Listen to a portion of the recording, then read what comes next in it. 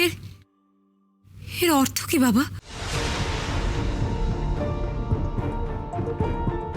মা বাসুলী চণ্ডীর নয়ন থেকে নির্গত হওয়া রশ্মি রূপার দেবদত্তকে স্পর্শ করলো কেন?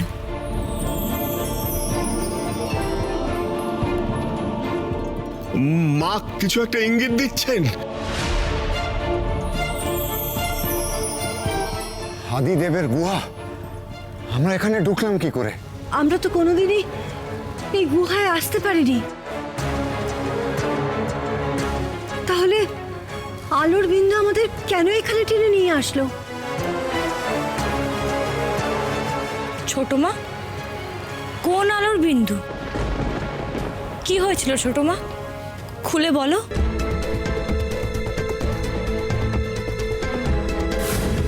রূপমতীরা তো অনেকক্ষণ গেছে আদিদেবের গুহায়, এখনো এলো না কেন বলো তো? আদিদেবের গুহায় তো আমরা ঢুকতে পারবো না, সেই অধিকার আমাদের নেই। অপেক্ষা করা ছাড়া উপায় কি?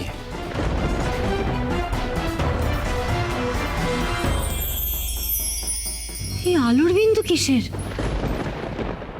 কোথা থেকে এলো?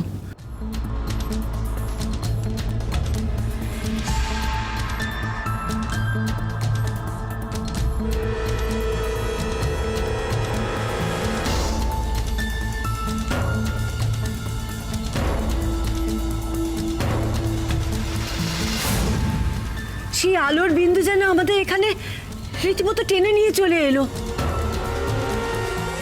কিন্তু কি উদ্দেশ্যে সেটা আমরা জানি না। আমি বুঝতে পেরেছি।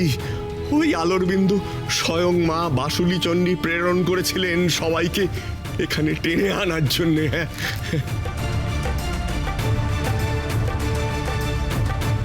কিন্তু কেন? কোনো বিপদের আশঙ্কা নেই তো? কিসের বিপদ? মা বাসুলী চণ্ডীর নয়ন থেকে নির্গত হওয়া রশ্মি দেবদত্ত রূপকে স্পর্শ করেছে। এ যে মায়ের আশীর্বাদ।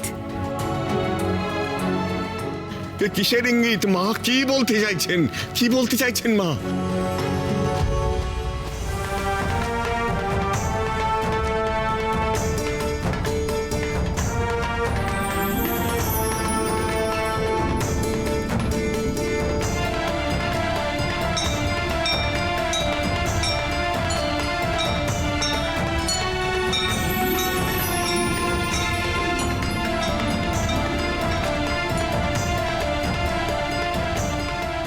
হ্যাঁ, আমি বুঝতে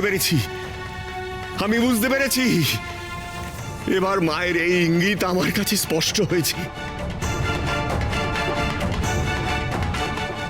এই ইঙ্গিত দেবদত্ত আর রূপমতীর শুভ বিবাহের ইঙ্গিত।